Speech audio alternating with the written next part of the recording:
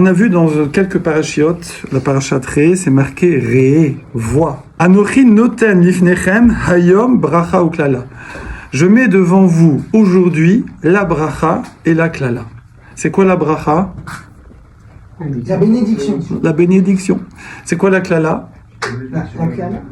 La klala, pas la kala. Ça, je couperai. Des fois oui, mais normalement non. Normalement c'est la femme qui amène la bracha normalement. C'est-à-dire plus on respecte sa femme, j'en profite, parenthèse, plus on respecte sa femme, vous êtes tous des futurs mariés, Bezrat Hashem, Bekarov, et les premiers là, comme à gauche. Donc, la bracha, elle vient dans le foyer, dans le couple, dans la famille, en fonction de combien on respecte et on honore sa femme. C'est comme ça. Alors, que n'en plaise aux comment on dit là, les gens qui veulent plus les genres là, qui veulent plus de différence hommes-femmes là.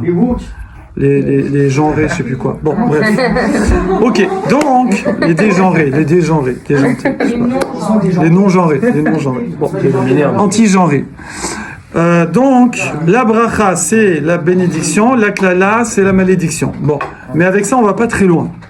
C'est bien, on a traduit, mais on ne sait pas c'est quoi. Ça veut dire quoi la bénédiction? On peut pas mettre sur pause là-dessus. Je crois. Peut-être. C'est ça c'est pause? Ah non. Bon, bah je couperai, c'est pas grave. C'est quoi la bénédiction? Définition. Oui, il y a des trucs comme ça. Hein. On utilise tous les jours. Fais-moi une bénédiction. Fais-moi la bracha. Je veux la bracha. On ne sait pas c'est quoi. Créer un lien avec Hachem. C'est une formulation d'une demande. Alors, être heureux de ce qu'on a, ça c'est Samear Bechelko. Être content de sa part, c'est pas forcément avoir la bracha, mais c'est vrai que c'est une bracha en soi, quoi. Parce que, voilà, c'est vrai. On va voir que c'est pas mal, mais on va voir que la bracha c'est plus que ça. J'avais une protection. Une protection, ça c'est Shmira. Shmira. Avoir une pensée pour Hachem, enfin créer un lien avec lui. Ah, alors, tu es très fort, t'as copié là. Je ne comprends pas encore l'hébreu.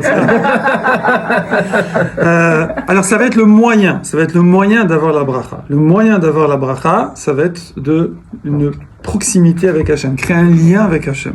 Bravo, very well. Good point. Mais c'est quoi la bracha du coup, Michael? De faciliter un peu les événements un peu plus matériels, de faciliter les choses. Par exemple, de ne pas avoir trop de problèmes. La bracha c'est santé, seulement matériel. Non, mais c'est de la santé. Il n'y a pas la bracha spirituelle? Oui, mais. Alors, ça, alors question avant la question. La bracha c'est que matériel ou ça peut être spirituel aussi? C'est spirituel aussi. Ah oui. Donc bracha c'est en hébreu, c'est pas grave des fois je dis des mots comme ça. C'est lav davka, c'est une expression, c'est-à-dire pas que. C'est pas seulement matériel. C'est vrai quand les gens ils veulent la bracha, donne-moi la bracha, et Ségoula pour la parnassa, acheter à Rosh Hashanah, c'est en vend l'ouverture du Echa, la Kippour et tout, Mizmor les David, et les gens ils sont là, vas-y 10 000, 100 000 parce ils espèrent avec ça avoir la bracha. Je sais pas s'ils cherchent forcément la bracha spirituelle. En général, hélas, des fois, ils cherchent la bracha plutôt matérielle. D'ailleurs, le Zohar, sur les slichot et sur... il faut les faire quand même, mais sur les prières de Rosh Hashanah et de Kippour, il y a un Zohar qui nous... c'est pour faire une blague. Il y a un Zohar qui nous remet un peu en question, qui dit que des fois quand on prie Hachem à ces périodes de Tishri, on prie un petit peu, je suis désolé, c'est le Zohar qui dit ça, c'est le Zohar, il dit comme des chiens parce qu'il fait un jeu de mots entre le fait de donne, comment on dit donne. Ah oui, Bravo. Alors, c'est parce que non. have. Alors, parce que normalement, donner, c'est noten. Ten, ça veut dire donne, en impératif. Noten, ani noten, je donne. Ten, impératif. Ten. Mais en hébreu, on dit aussi have. D'ailleurs, vous savez que have, c'est la racine primaire de ahava. Ahava. Ahav. Parce que pour aimer, il faut donner. Parenthèse. En tout cas, comme le Zohar, il dit qu'on dit have, on est comme ça à Hachem et ça ressemble à l'aboiement d'un chien qui est là, have, d'accord, have. Et donc le Zohar dit qu'on est un peu trop. Si on demandait ça sur le spirituel, il n'y aurait pas de problème. Il n'y aurait pas de quelque chose de péjoratif. Mais là, souvent, on demande sur le matériel. Alors, on va voir, je le dis tout de suite en scoop, mais si le matériel qu'on demande, c'est pour faire du spirituel, il n'y a pas de problème. D'accord ? Mais c'est pas toujours le cas. D'ailleurs, comment je vois que quand quelqu'un il demande du matériel, c'est pas forcément pour du spirituel. Qui c'est qui trouve ?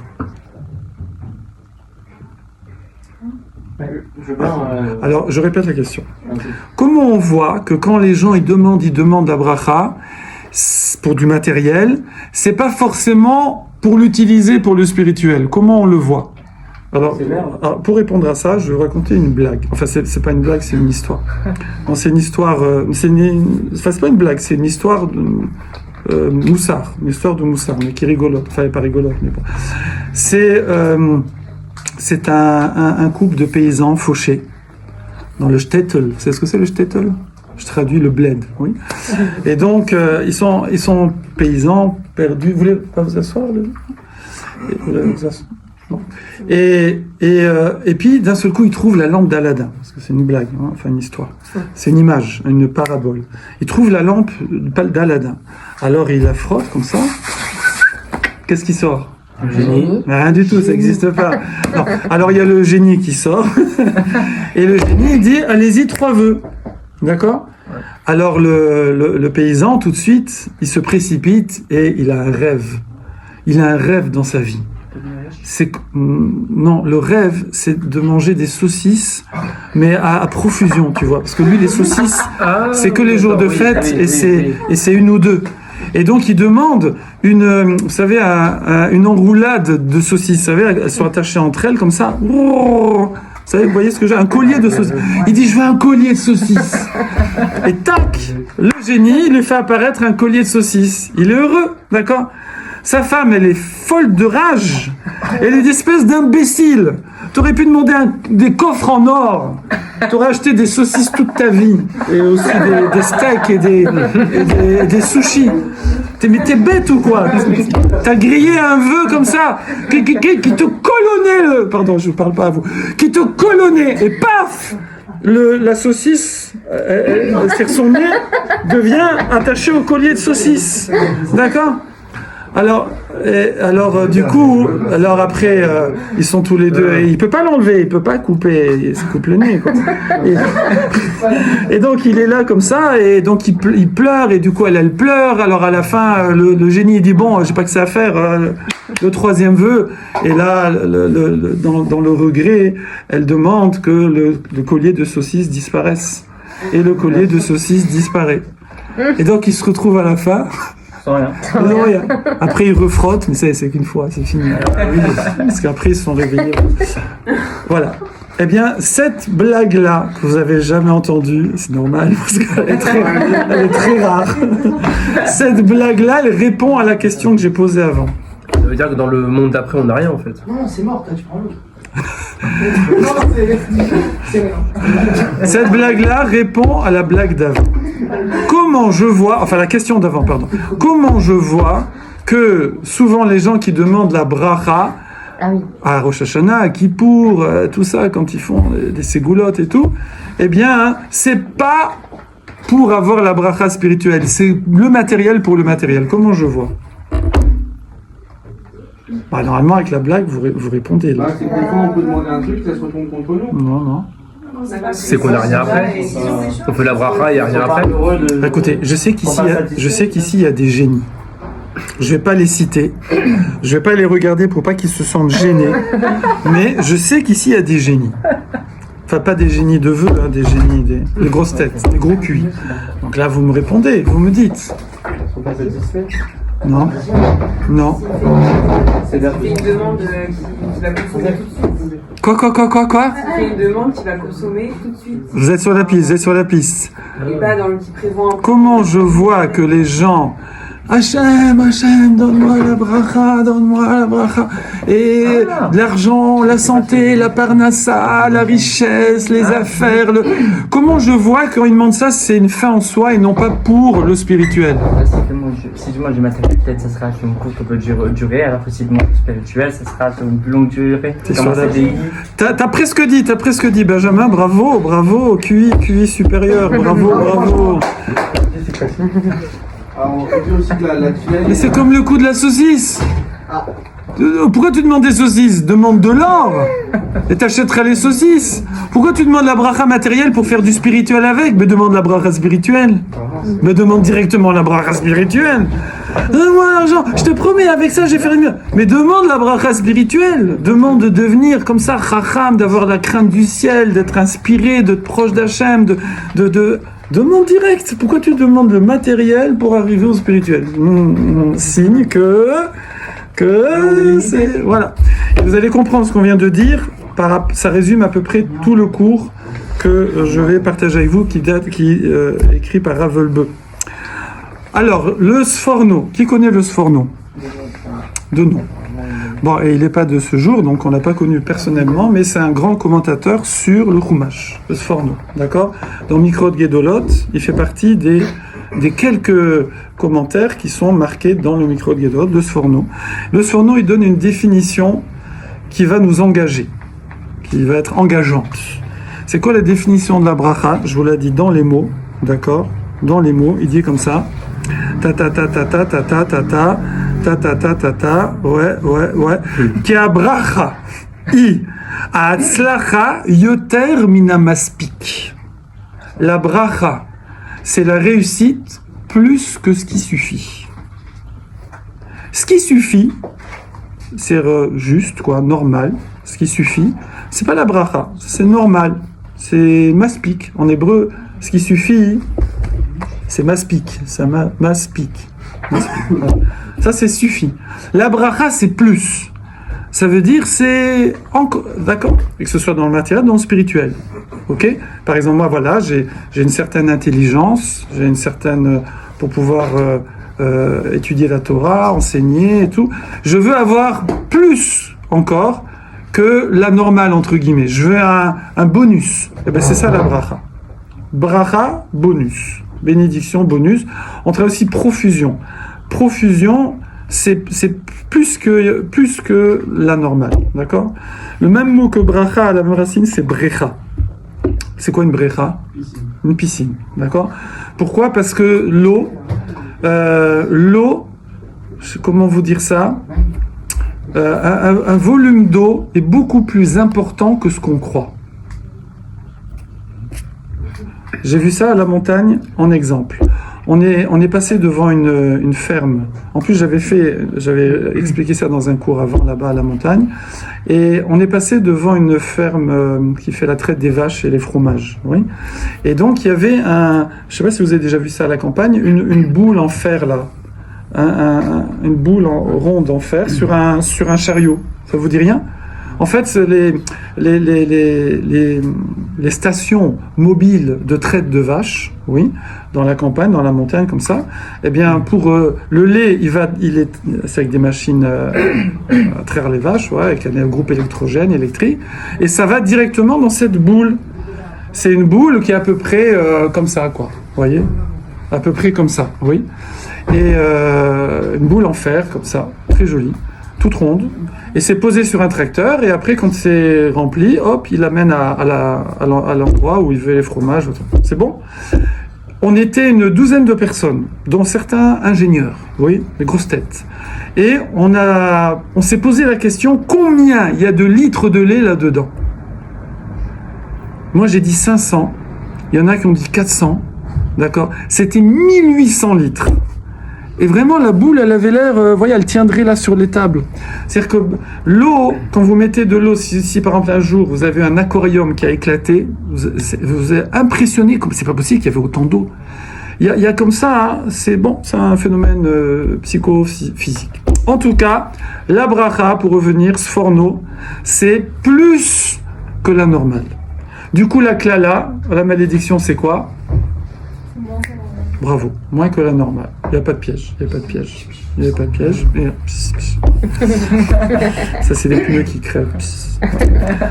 Très bien. Du coup, le Sforno, il décrit quelque chose. Welcome, Raphaël! Du coup, le Sforno décrit quelque chose. Il dit, messieurs, vous voulez tous la bracha, qu'elle soit matérielle ou spirituelle.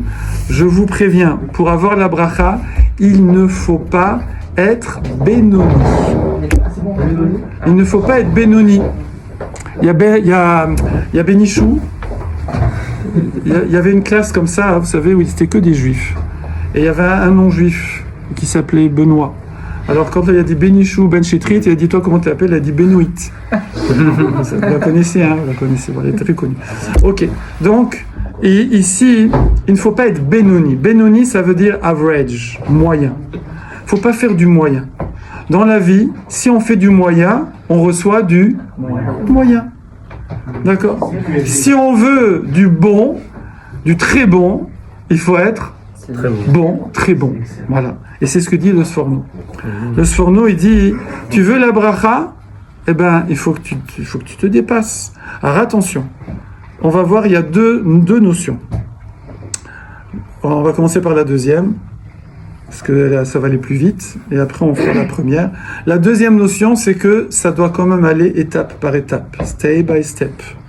Step by step. Ce matin, j'ai trouvé un livre extraordinaire, comme ça, dans une gnisa, un tout petit livre qui s'appelle Chashbon HaNefesh, qui a été écrit sous le conseil, la Hetza de Rav Israël Salanter. Et donc, j'ai montré à plusieurs rabbinim, mais ils ne connaissaient pas ce sefer-là. J'ai commencé à le lire, extraordinaire. Et dès le début, il raconte comme ça, il donne une image. Il dit, on se promène, alors ça fait un peu vacances en plus, c'est sympa, on se promène le long d'une rivière. Oui. Et qu'est-ce qu'on voit? On voit des roseaux, des joncs, d'accord? Et qu'est-ce qu'on voit? Ils sont tous droits. Bah, c'est normal. Les roseaux, les joncs, ils sont droits. Oui. Est-ce qu'un roseau ou un jonc est capable de se pencher tout seul? Non. Voilà. Mais à un moment, il y a du vent et on voit qu'ils vont tous se pencher. En plus, ils vont tous se pencher dans la même direction. Et quand il n'y a plus de vent, ils se redressent. Eh bien, il nous compare à cela. Il nous compare à cela. Il dit que l'être humain ne doit pas être comme un roseau qui va dans le sens des modes et des appétits et des envies de ce qu'on appelle cet avot, qui est comme ça, il n'a pas de moteur personnel, il n'a pas une chayout, une vitalité personnelle pour choisir ses projets, choisir ses axes de vie, choisir ce qu'il fait ou ce qu'il ne fait pas, d'accord? Quelqu'un, il doit arriver à ne pas être comme ça, toujours en train d'être porté par les courants, aller gagner sa vie, faire ci, faire ça, être comme tout le monde, d'accord? Il doit essayer de trouver une certaine autonomie, voilà. Et là-dessus, après, il ramène pendant plusieurs pages des exemples de personnes qui, des fois, c'est bien, ils vont faire ça, mais ils vont trop vite. Et quand on va trop vite, ça casse, d'accord? Donc il faut aller step by step. Donc premièrement, c'est vrai que il faut se dépasser. Publicité pour Adidas. non. Se dépasser. Publicité salle de gym. Fitness Park. Donc se dépasser, pour se dépasser. Ah, mais aussi bon. Voilà. Dépasser, se surpasser. Voilà, bravo. J'espère qu'ils vont m'offrir un abonnement. Donc, il faut se dépasser, d'accord? Mais il faut le faire step by step. Il faut faire étape par étape. Il faut faire progressivement et avec ce qu'on appelle une adracha. Adracha, c'est un de derrière chemin avec des personnes qui ont de l'expérience et qui donnent des conseils. Ça plutôt ça, ça plutôt ça, ça plutôt ça. D'accord? Par exemple, je vous donne un exemple que j'avais entendu à Yeshiva au nom de Rav Eliaouzan. Tout le monde connaît de Torah Box, mais qui était le directeur de l'école Pavé pendant 30 ans, et plus que ça d'ailleurs. Et c'était un de mes copains qui était Baruch Yeshiva, et un jour il a dit, j'ai un problème avec la nourriture. Je sais pas vous, si vous avez, mais il a un problème avec la nourriture, et donc il voulait travailler ça. Alors il y a des gens, qu'est-ce qu'ils vont faire? Ils vont s'affamer, ils vont mettre du sel dans les cornflakes, ils vont... je vous assure que ça existe, il y en a qui l'ont fait. Ou pas mettre de sel dans la nourriture, des choses comme ça pour essayer de casser ce qu'on appelle les ta'avot, les appétits trop prenants, d'accord? Et Rabbi Louison, il lui a dit, écoute, regarde, avant de faire ça, je ne sais pas s'il faut faire ça, d'accord? Mais tu veux travailler ta relation avec la nourriture, je vais te donner la première étape. À votre avis, c'est quoi la première étape? À part manger kasher, hein, évidemment. Non, parce que déjà, c'est une étape, ça, en vérité. Mais là, on parlait à la yeshiva, donc... parce que c'est vrai que ça, c'est une étape. À chaque fois qu'on fait un voyage, nous, on se réjouit de manger kasher, parce que du coup, on peut rien manger. C'est-à-dire, non, ça veut dire, on se balade, que ce soit l'Atlantique, la montagne et tout, et puis, en fait, voilà, il y a des glaces, il y a des machins, il y a des voilà, tous les trucs qui donnent envie, quoi. Les machins, enfin bref, je sais pas quoi, là. Tous les trucs qu'on vend dans les snacks et tout. Et en fait, on peut pas. Donc nous, on est tranquille. On n'est même pas tentés. Je veux dire, on est là, tranquillou, d'accord. Et les pauvres, les non-juifs, ils sont là, faut pas dire, si, non, oui, non, ils sont tiraillés. Tranquille. Donc, première étape, évidemment, c'est de manger kasher. Deuxième étape, qui dit? Vous parlez de la religion? Faire Shabbat? Non, je parle de sa relation avec la nourriture. Se mettre un objectif, peut-être manger doucement. Se mettre un objectif, c'est-à-dire, par exemple, genre... Un objectif atteignable. Atteignable, ça c'est sûr. Alors, ça c'est le principe de base. Toujours, step by step, objectif atteignable. D'accord? Avec un durée, court terme. Gaël, Manger bien. c'est quoi manger bien? En fait, moi par exemple, j'ai un problème avec la nourriture. Oui. C'est que je mange beaucoup trop de pâtes. Manger sainement.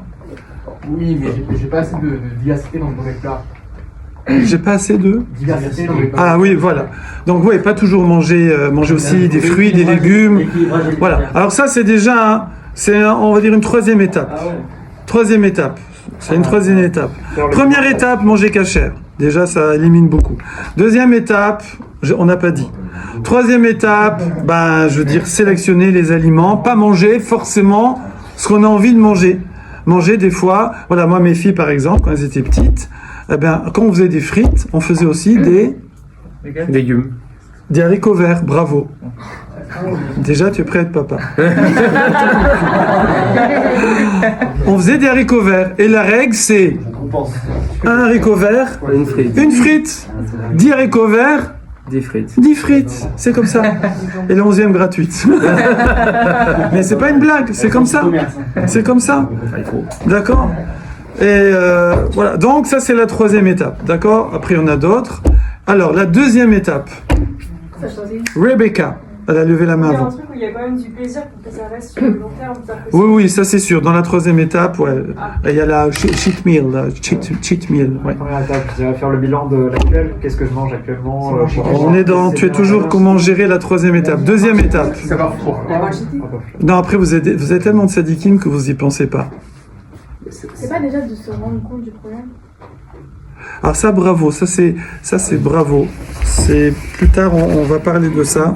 Au nom de Rav Israël Salanter, il va dire dans tout travail, alors je le fais tout de suite puisque vous en avez parlé, dans tout travail il y a 3 niveaux.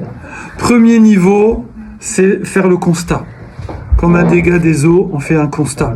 Donc être conscient de ces problèmes, de ces manques, des choses qu'on a à travailler, on va dire. Après, deuxième étape, c'est bosser. Troisième étape, c'est vaincre. Vini, Vici, je sais pas quoi là. D'accord. Veni, Vici. Je suis venu, j'ai vaincu. Voilà. Donc bravo. Maintenant, on revient à la deuxième étape. Dans la deuxième, non, c'est dans la première, non, dans la deuxième étape. Ouais. Il y a aussi, parce qu'être conscient des problèmes, mais il y a aussi l'autre versant, l'autre revers de la médaille, c'est être conscient de tous les avantages qu'on va avoir. Ça, c'est vrai, c'est pour se motiver. Ah oui, Quand on a un objectif, effectivement, le Yetzirah, il a tendance à nous faire oublier c'est quoi les avantages de la chose, et il faut se motiver. C'est-à-dire, moi, vous savez que j'ai perdu un tiers de mon poids. Bah, je veux dire, je projetais, je vais être comme ça, allez, je projetais. Plus on y croit, c'est pour ça, par exemple, quand moi j'ai maigri, j'étais le plus gros mangeur de pavés, alors il y en a plein qui ont maigri. Parce qu'on dit, si lui il peut, nous on peut. Ils disent, si il peut, on peut. Je veux dire, voilà. Donc il faut y croire. Dès qu'on y croit, voilà. Alors, deuxième étape, bon, je vous l'ai dit, parce que on a fait encore que 3 lignes et il y a 10 pages. J'espère que vous n'êtes pas pressés de rentrer ce soir.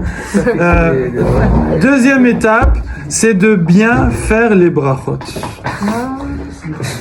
De pas manger la bracha. Alors je parle pas évidemment de. On est à la yeshiva, donc c'est à la yeshiva, donc finalement faire les brachot évidemment, mais de bien faire les brachot, d'étudier donc les brachot, parce qu'il faut savoir lesquels avant, lesquels après, pas faire tout le temps chez Akol et puis je sais pas quoi après. Donc de bien faire les brachot, comme on dit, ne pas manger la bracha avec l'aliment. D'accord? C'est pas une. Ah Oui, en fait c'est comme ça. Manger la bracha avec l'aliment, c'est comme ça. En même temps que tu as mangé la bracha, c'est-à-dire on l'a pas prononcé, on l'a pas pensé, d'accord. Rav Yehuda, à l'école, on prenait les enfants, il leur donnait des bonbons, d'accord, donc chez Akol, et il leur faisait faire les brachot comme ça. Alors ils faisaient tous, et après ils regardaient ceux qui avaient mangé la bracha avec le bonbon, et après ils reprenaient et ils chronométraient. Ils disaient, tu vas la refaire maintenant, et tu vas dire chaque mot. Et là, on se rendait. Alors là, il disait Hachem Elokeinu, Baruch, Ata. Et là, quand il faisait comme ça, il dit, tu vois, c'est marrant, parce que ça t'a mis 15 secondes, alors que là, quand t'as mangé le bonbon tout à l'heure, t'as mis 1 seconde et demie. Et il y a un problème. Je veux dire, c'est pas possible. Donc, en fait, t'as pas dit tous les mots. Les mots, tu les as mangés.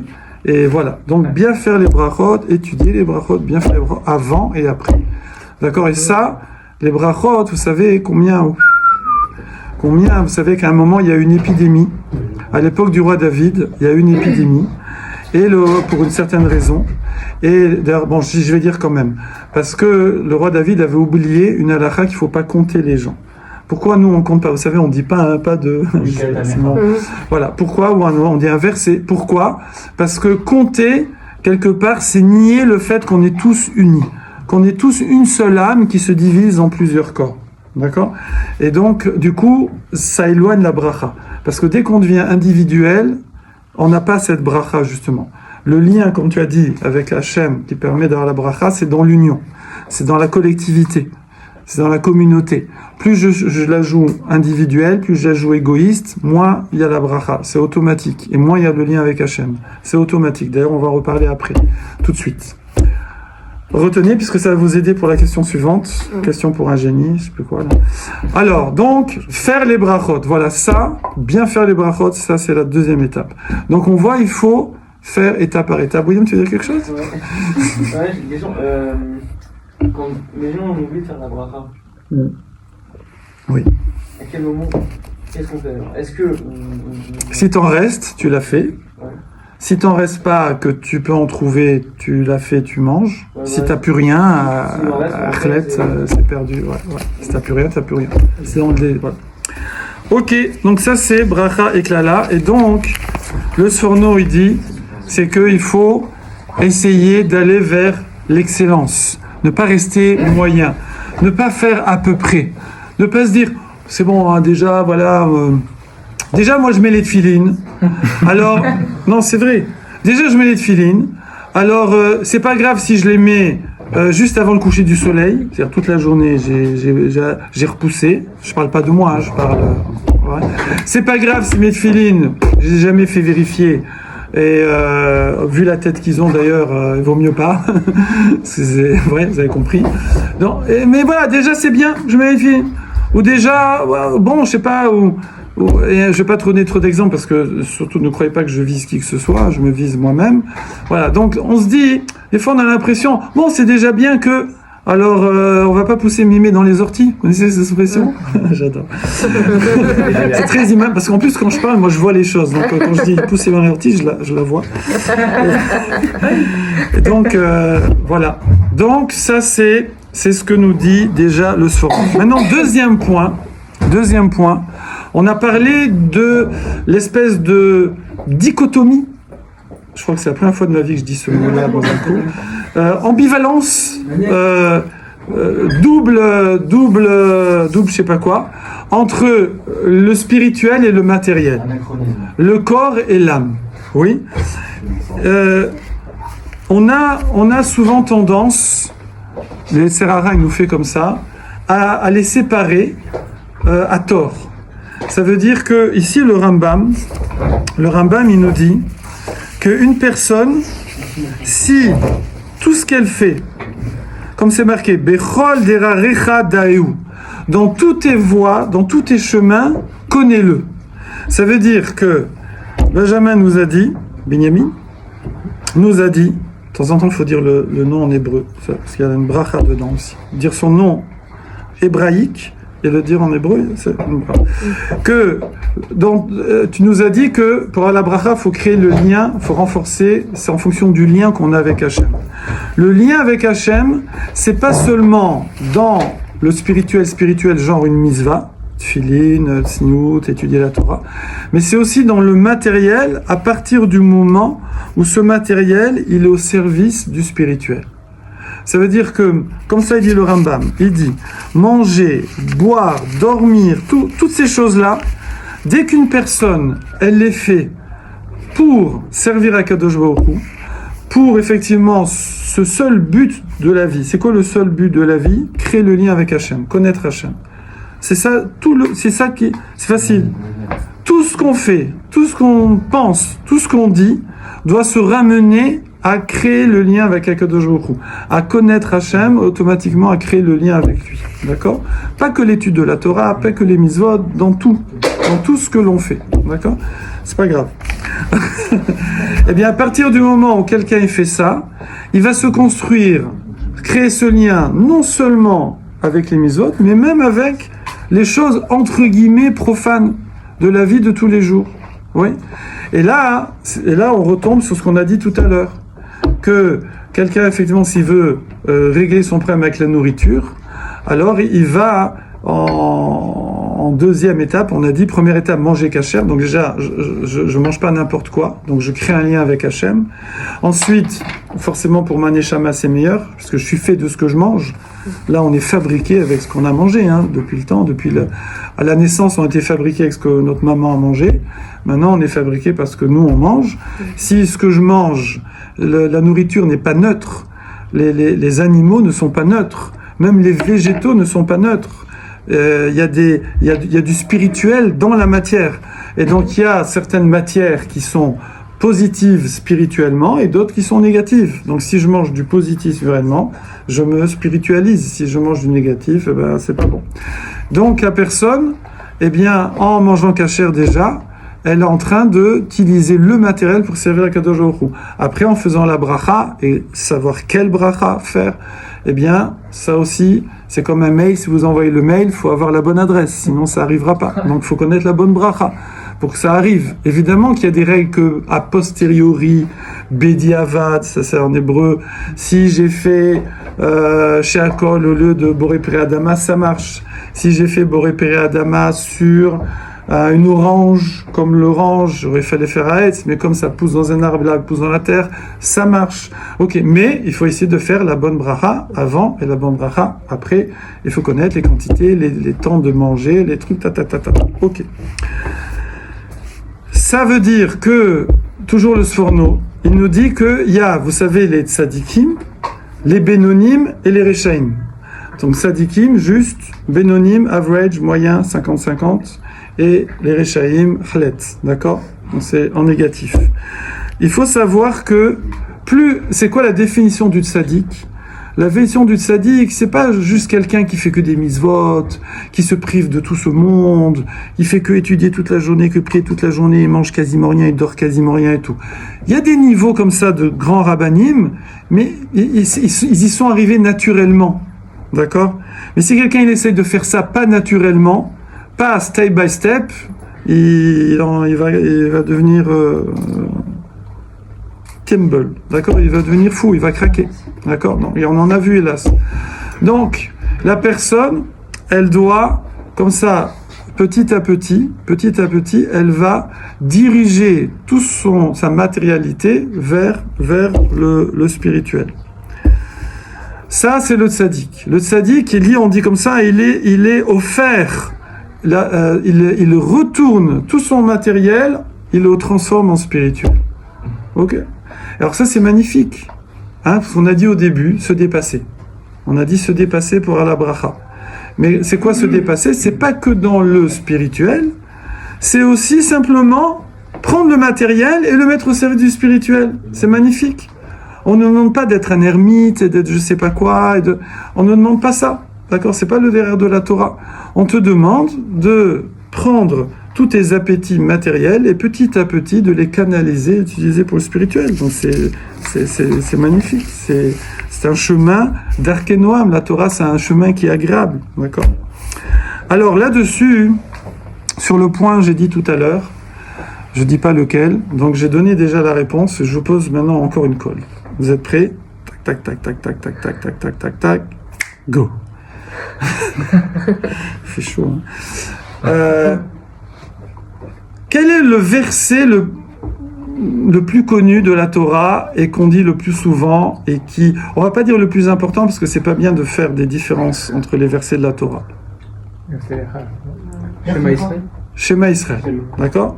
Shema Israël, Hashem Elokeinu, Hashem Echad. Écoute Israël, Hashem Elokeinu, Dieu Hashem, donc c'est Yud-Ke Vav-Ke, la miséricorde, Elokeinu est notre Dieu, c'est un peu plus de la nature. Hashem Echad, Hashem est unique, ça veut dire il n'y a aucune autre force sur terre, personne, il n'a aucune limite, omniprésent. Et après aussi il y a d'autres niveaux d'Emouna, c'est qu'il y a Srar Ve'onesh, il y a chaque chose, il y a des conséquences. Voilà. Ok. Et qu'il a donné la Torah, et que, voilà. Donc ça, c'est ce qu'on pense dans le schéma Israël.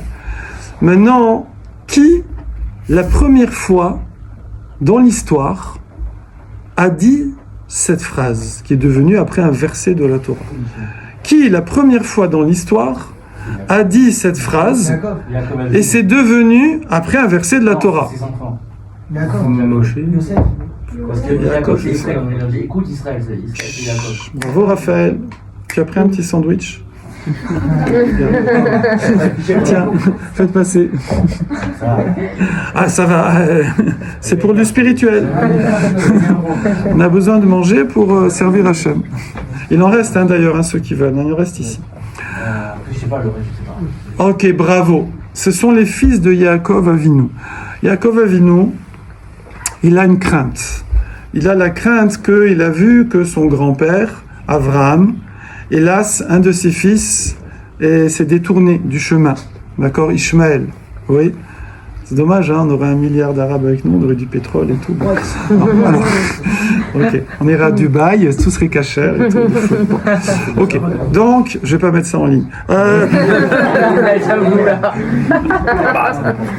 Donc Ishmaël, il s'est détourné, d'accord? Donc, ses 2 fils n'ont pas suivi le chemin, Ishmaël et Yitzhak. Yitzhak, un de ses fils s'est détourné. D'accord? Esav.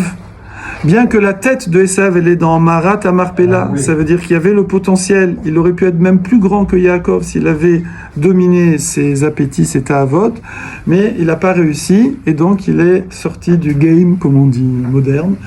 Il est sorti, et donc il y a eu, voilà, Esav est sorti, Yaakov est resté dans le bon derrière, dans le bon chemin. Et Yaakov Avinu, lui en plus, il a 12 fils, donc la crainte est encore plus grande. Il n'y en a pas que 2.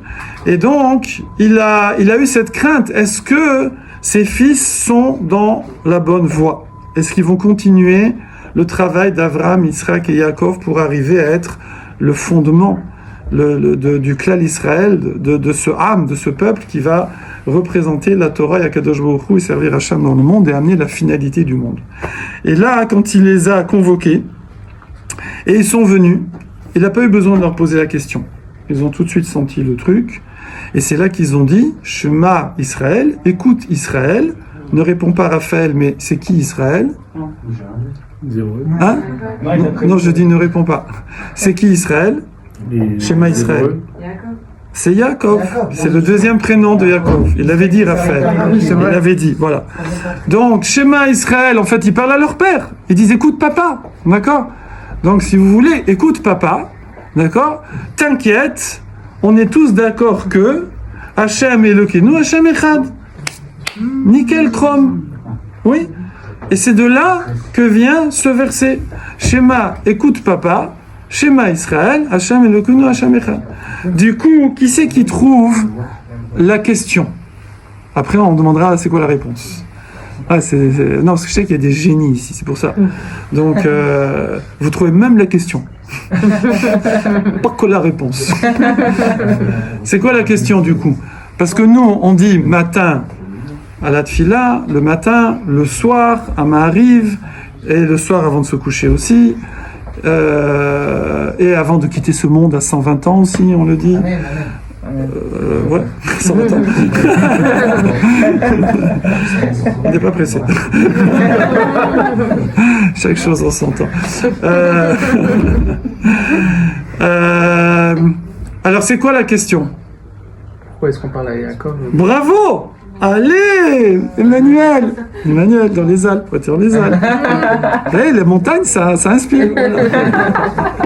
Bravo. Pourquoi nous on parle à Yaakov? Pourquoi on dit Shema Israël? On devrait dire, je sais pas moi, rien. On devrait dire simplement Hachem Elokeinu, Hachem Echad, c'est tout. Pourquoi Shema Israël? C'est bon, Daniel? Pardon. Tu peux répéter la question? Ah ben c'est. Je vais vous écouter. Alors Rebecca, vous pouvez répéter la question? D'accord. Esther, vous pouvez répéter la question? Ouais, j'ai fait prof pendant 20 ans, donc c'est une catastrophe. D'accord. Alors, Aaron, tu veux répéter la question? Ok, c'est bon. Vous savez que je peux comme ça tous citer. Bon, alors Fernanda, vous voulez répéter la question? La question c'était pourquoi il y a quand même. Oui.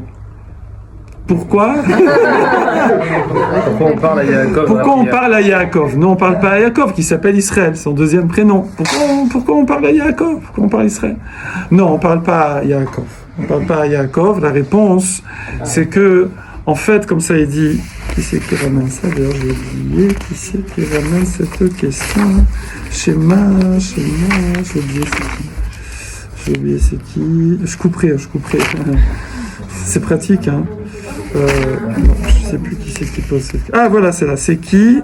C'est Rav Dessler. Attends, Agra Zatzal. Non, c'est le Gaon de Vina, pardon. Parce que des fois, c'est le Gaon de Vina qui pose cette question. Donc il dit pourquoi Pourquoi on parle à Yaakov, on ne parle pas à Yaakov? Il dit comme ça, il dit, là on parle au clan d'Israël, puisque Yaakov a donné son nom au peuple, béni Israël, fils d'Israël, donc après on dit Israël. Pourquoi?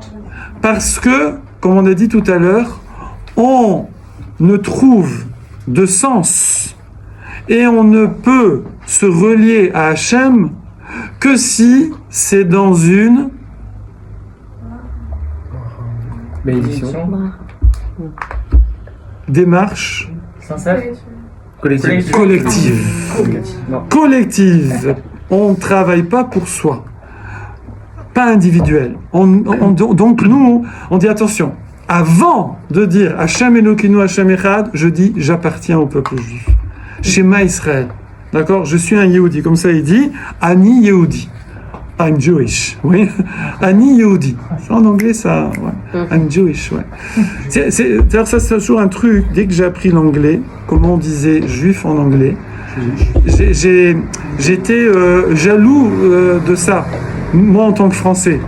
Parce que moi, quand je dis juif, je pense à suif. D'accord? Vous savez, suif, c'est quoi? Suif. Suif, c'est la saleté du charbon, le suif, d'accord? C'est le noir du charbon, ouais. Juif, ouais. Ouais. Alors que quand on dit Jews en anglais, On pense à bijou. C'est en anglais, c'est bijou. Juice. Ah oui, c'est pas la même chose. Vous avez les Français qui disent ah t'es bijou toi. Non, je suis juif. C'est pas la même chose d'ailleurs. Ok. Donc on dit Ani Yehudi. Je suis Yehudi. D'ailleurs, tiens, en passant. Question de rattrapage. Pourquoi on dit je suis Yehudi? Ça vient d'où Yehudi? De Yehuda. Bravo. Mais je ne comprends pas, Yehuda, c'est une seule tribu. Pourquoi Yehuda Dafka? Et pourquoi pas je suis Binyamin, je suis Dan. Ah, ce serait sympa. Je suis Dani. Dan. Daniel. Yehuda, c'est pas ça, il en restait plus beaucoup. Alors c'est vrai que c'est la tribu principale. Nous, voilà. Après il y a la tribu, c'est aussi la tribu des Shvatim, des Malachim, des rois. Parce que oui, mais Reuven, il a perdu. Hélas, il a perdu avec l'histoire, après la mort de Rachel. Voilà. Et aussi parce que un Yehudi, il doit être modé Ani. D'accord, c'est la reconnaissance. D'accord. Et Yehuda, il a retrouvé sa place de Méler. C'était le roi, d'accord. Il a retrouvé sa place de Méler dont descend David Amer et tous les rois, à part Shaoul. Il a retrouvé sa place quand il a été modé avec l'histoire de Tamar, quand il a reconnu sa faute. On ne nous demande pas d'être parfait. On nous demande de connaître nos points faibles, on va appeler ça comme ça, genre nos erreurs, nos défauts, et de les travailler. C'est ça être modé, c'est être Yehudi. Un Yehudi, c'est pas dire moi je suis le meilleur, je suis parfait, c'est de dire je connais mes points à travailler et je les travaille. Pour terminer, parce qu'il est hyper tard, bien que je sais que vous serez prêts à rester toute la nuit, tellement c'est intéressant. Alors, qui a dit non? Non, c'est normal. Je vais vous sortir un scoop de malade. En général, comment, Michael? Jésus était juif. Ça, on le sait. Exactement, il marchait mot, frère. Alors là, je vous la fais pas en devinette parce que c'est impossible de trouver. Ah si, je vous la fais en devinette. Allez, vas-y. Vous êtes chaud? Allez. Vous êtes chaud en devinette. Celui qui trouve, il a un an gratuit de cours ici.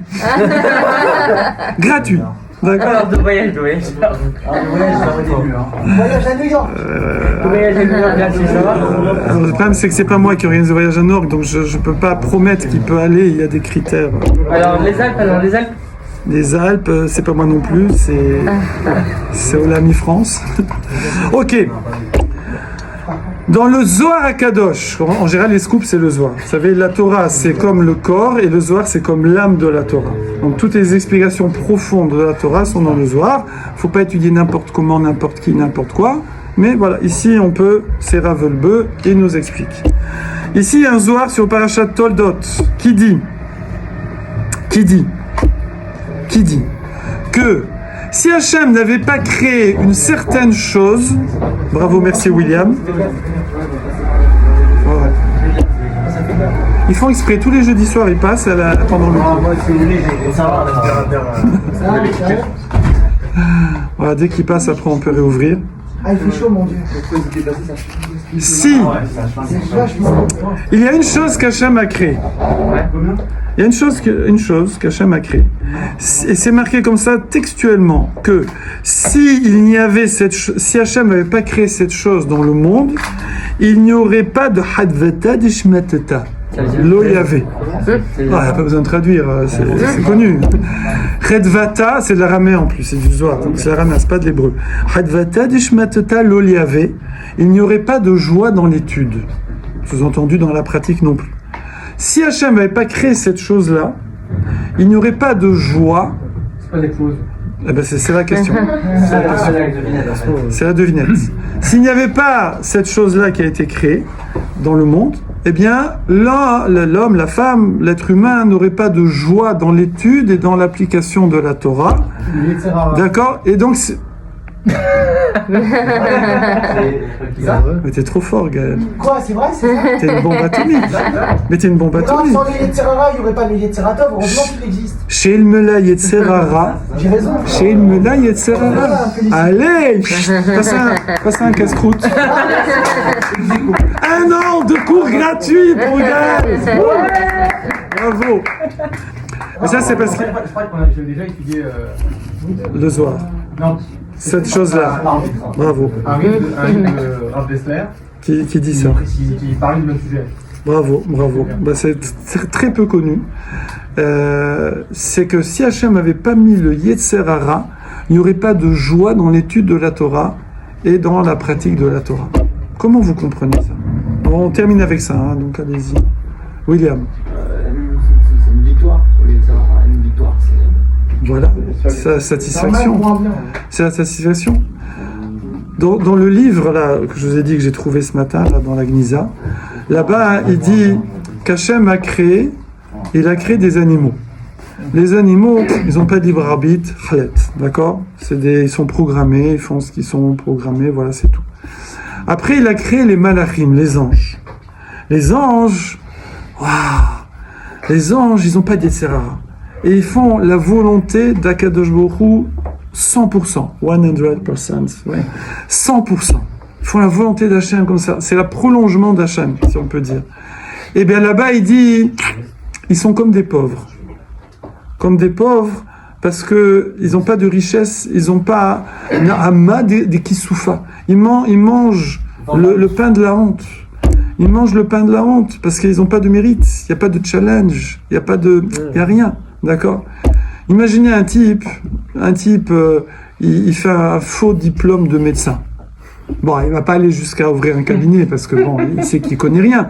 Mais juste comme ça, il accroche dans le salon, il dit « Je fais médecine, voilà, j'étais major de promo. Bon, maintenant, après, j'ai fait de l'art, par exemple, voilà, Elliot.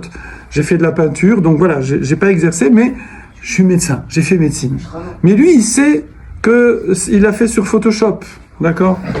Donc, il peut avoir comme ça, dans le mensonge, dans le monde du sheker, dans le monde matériel, il peut avoir une satisfaction. Mais dans le monde de la vérité, il sait qu'il n'a rien du tout. Il n'a pas de satisfaction, il n'y a pas de joie. Et il dit que là, c'est ça, et ça c'est extraordinaire. Il arrive à la conclusion, et on va finir avec ça si vous voulez bien, que parfois, on croit qu'il y a une contradiction entre la Yirat Shamaim, alors je vais traduire, mais c'est pas une bonne traduction. On dit Yirat Shamaim, la crainte du ciel, d'accord? Yirat Shamaim et la joie, la simcha de vie, la joie dans la vie.